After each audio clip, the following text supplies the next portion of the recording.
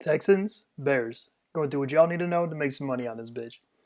So I had to put on this goofy ass jersey because I'm gonna be doing something pretty goofy here. The picks. We got Bears underdogs at home by 2, and over under set at 46. And I'm actually gonna feel pretty damn strong about the Bears here. The Bears +2, which yeah, Trubisky versus Deshaun Watson. I'm gonna explain myself, but yeah, very strong bet on the Bears +2, and as far as I'm concerned, the over/under complete stay away. So stick with me, and I'll tell you how and why that's how it go down. So Texans offense versus Bears defense. First injuries. Now this is one of the important parts of this, right? On the Texans, Kiki Kuti and Brandon Cooks both listed as questionable. Now I'm going to go ahead and guess that they both play, but there's a chance just that would even help what I'm talking about here if they don't. And on the other side, although actually I said that, I'm not sure Brandon Cooks is going to play. That's a concussion thing, and he might, I don't know, he might medically retire before the game. I don't think so, but there's a chance he actually doesn't play. And then on the Bears side, Buster Screen starting slot corner out. That more creates a spot of unknown as opposed to like a spot that I know is going to be bad because I'm not sure who's going to play in that spot, and I don't know if they're going to be good or not. And I'm not just going to assume that they're a whole lot worse than Buster Screen, to be honest. They probably are, but we'll see. So offensive line versus defensive line. This is not an advantage for the Texans. It's more of a neutral situation than anything. I mean, on the interior, right? The Bears are still good. They looked bad kind of the last 2 weeks, right? Because they played or when they were playing the Lions and Packers. Now both those teams have like outstanding interior offensive lines, especially at the center spot between Corey Linsley and Frank Ragnow, two of the best in the NFL. That is not the case here. Nick Martin is pretty mediocre. Zach Fulton is pretty actively bad, and Max Sharping I like, but he does struggle with like bigger, tougher interior players. And between Bilal Nichols and Keem Hicks, the Bears are still for real on the interior, and Brent Urban's he's pretty good too, and he plays a lot now, thank God. And even their backup, is that Jordan Jenkins or John Jenkins? I think that's John Jenkins. Jordan Jenkins on the Jets. He's good too. So you're not going to see very much push from the interior. On the edges, it's a little bit better, but it's more neutral than anything because Khalil Mack is still a fantastic run defender on the edge for sure. And their other edge, whether it's Barkevius Mingo, Robert Quinn, or actually James Vaughters, other rotational guys out this game, um, they are fine on the edge. Now, I think that, as far as the Texans tackles go, Laremy Tunsil's pretty good, but he as a run blocker, I think I would compare him a lot to like Dwayne Brown in the Seahawks. They're both better as pass blockers than they are as run blockers, and even as pass blockers, they're not elite, but they're pretty good.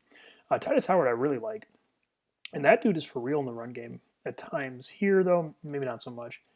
So overall, I just don't think it's going to be that great as per usual with the Texans. On the second level, Bears linebackers still good, um, or not quite good. They're still much above average compared to the rest of the league, and the Texans' run scheme is terrible, just one of the absolute worst in the NFL's.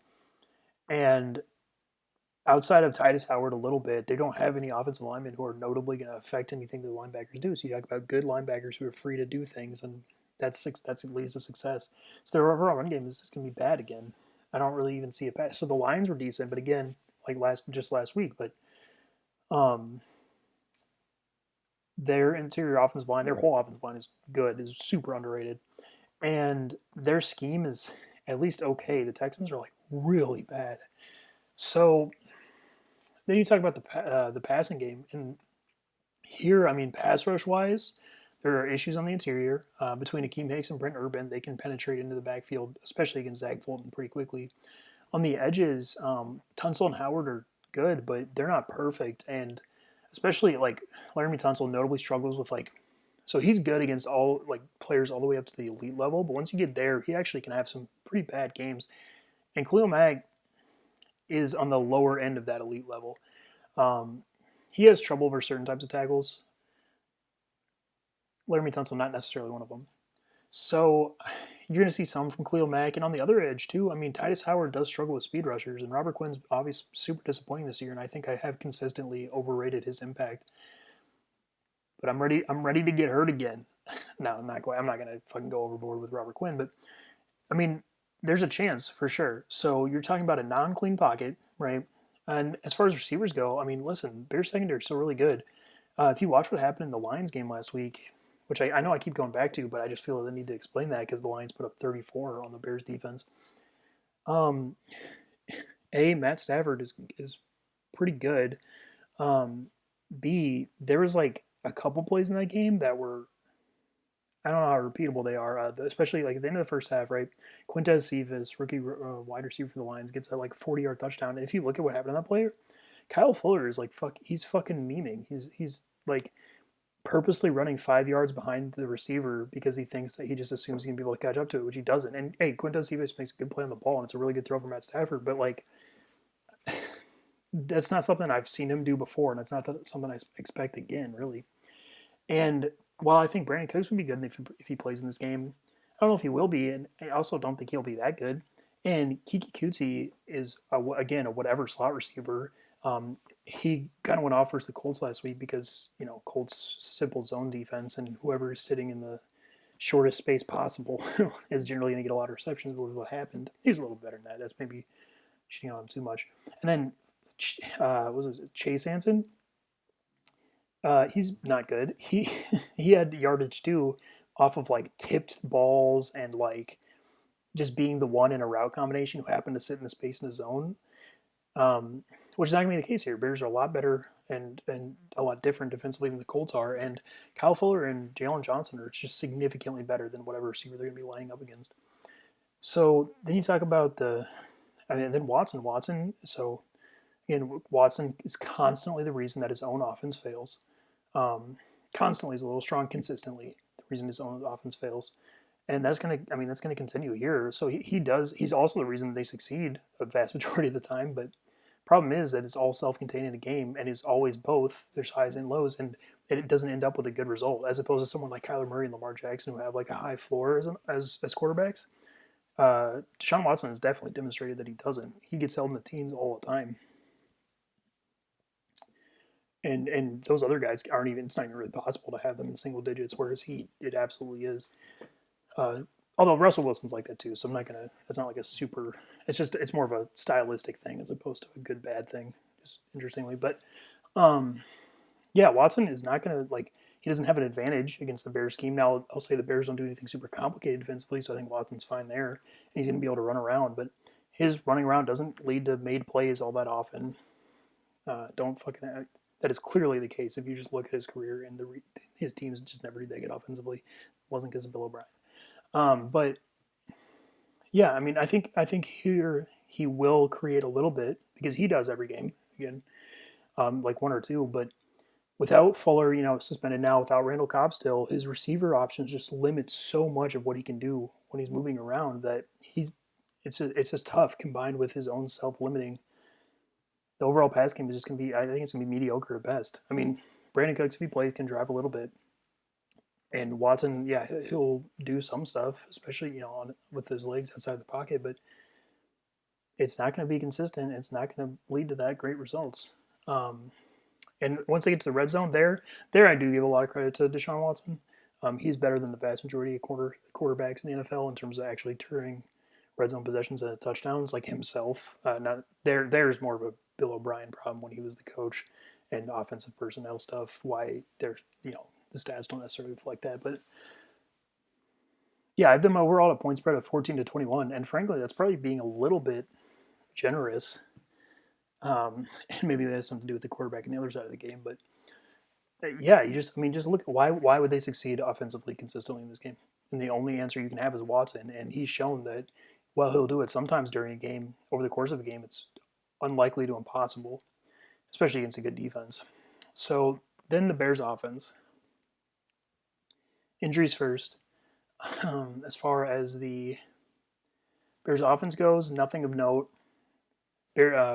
Texans defense is important. So Keon Crossan, John Reed, and Philip Gaines. All three starting to rotational corners listed as questionable. So I'm going to go ahead and assume they all play for this. It's kind of something I do when if I'm like betting the other side of thing, I'd be as charitable as possible to the side I'm not betting on to see how safe it is even in that circumstance. Even if they all play, they all suck. Philip Gaines is the best of the three. He's not very good. Keon Crossan is was like a third stringer at the beginning of the season for a good reason. And John Reed is a rookie who has barely played any snaps. I mean, not that he's going to play that much. And their other corner, Vernon Hargreaves, is one of probably the worst corner that starts in the NFL. Not probably, he absolutely is the worst corner that starts in the NFL. And the Bears receivers are fucking good. Yeah, so I'll get to that. Offensive line versus defensive line. I am worried about the Bears here. Their interior is pretty weak. Alex Barrs, Sam Mustipher still starting at guard and at right guard and center, not very good. And you're going to see some issues with the Texans front seven. Charles Omenihu, Corey Leggett's kind of for real. Even Ross Blacklock a little bit can get the backfield. And of course, J.J. Watt is going to be a huge problem for the Bears in this game. But none of them outside of Watt, even in ideal circumstances, rise to the level of like game changing. And on the edges, Texans suck. Jacob Martin I like as a speed rusher, but that's it. And Whitney Merciless is useless at this point. Jonathan Grenard, the rookie of Florida, has not shown anything impressive, even like a little bit. So, and then the Bears tackles are actually reasonable. Charles Leno, I think, is pretty good. And Jermaine Ifedi, not a good tackle, but he's about the level of the Texans' edges here. And Ty goes to offense in almost every situation, including this one.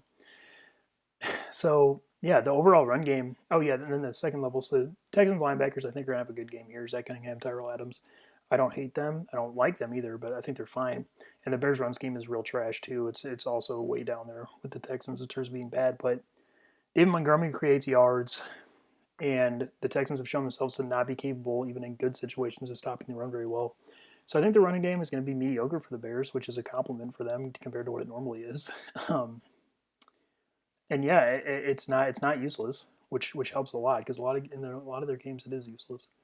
So this is the huge part, and maybe I saved it a little too long in the video, but this is maybe one of the biggest mismatches you will ever see in terms of receiver talent versus cornerback talent in a game. Allen Robinson is really, really, really good.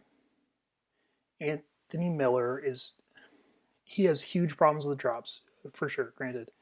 But that guy gets open a lot. And Darnell Mooney is fucking good. He's talked about it, I don't know if the 5th round pick for the Bears.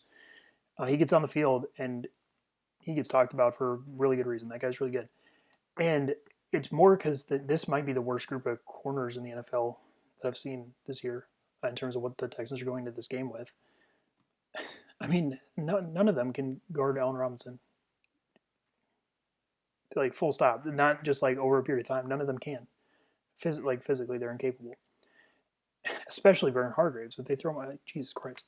And same with Anthony Miller, Darnell Mooney. I mean, right, those receivers aren't good enough to like be killers all the time, but they're going to be open all the time in this game. And Eric Murray, Texan safety, he's bad too. He's not going to make up for it. And Justin Reed is just okay. And he's nowhere near enough to fucking fight every fire on the field there's going to be. So, yeah, then you get to the quarterback versus defense. Now, here's where I'll pull it back. It is Mitchell Trubisky. But you have seen the last 2 weeks and over his career, if he is put in like ideal circumstances, he can like play action fake to throw to an open receiver to at least a level where his offense can perform. Like he still would be worse than insert any other quarterback in the NFL in this game. Like if you switch the quarterbacks in this game, the Texans win by 40 or the Bears win by 40. But Trubisky in this scenario is going to look probably better than fine, probably pretty good. Just like he has, frankly, just like he did in the Lions game. He was ripping them apart. Now, it wasn't him, it was the receivers, and that's going to happen here too. But yeah, I mean, Trubisky, absolutely, he's going to cause their drives to stall out and fail multiple times, but he's fine. And frankly, he actually moves around the pocket. That's probably his strongest thing. So he can avoid the rush that J.J. Watt brings to a point. So yeah, the overall pass game, I think, is going to be like pretty decent. Which is weird to say for Trubisky, but we've seen it from him before, and this is going to be one of those games. And once they get to the red zone, too, I mean, the receivers are huge drivers there, and rushing, they can do it, too. You saw in the Lions game, David Montgomery's fucking nuts. Wow. So, all that being said, I still have them at a point spread of 20-27 because it's Trubisky. But that's probably as low as it could possibly be, I think, given this matchup. So, that's why, yeah, I feel really strong about the Bears +2. it's going to be included in my strong bets of the week because everything about this game outside of Mitch Trubisky, which is a notable exception, says that this would be a blowout in the Bears' favor. So Bears plus two, including also the Bears money line. I'd much rather take the Bears plus two. Sometimes I like the win, like in the Bills last week or something like that. But Bears plus two. And as far as the over under, I'm going to put it as like an absolute stay away nothing bet. Although I would lean the over if I was fucking had to pick one. But yeah, so that's my explanation. Bears plus two, and we'll see. But I got a feeling about this one for sure.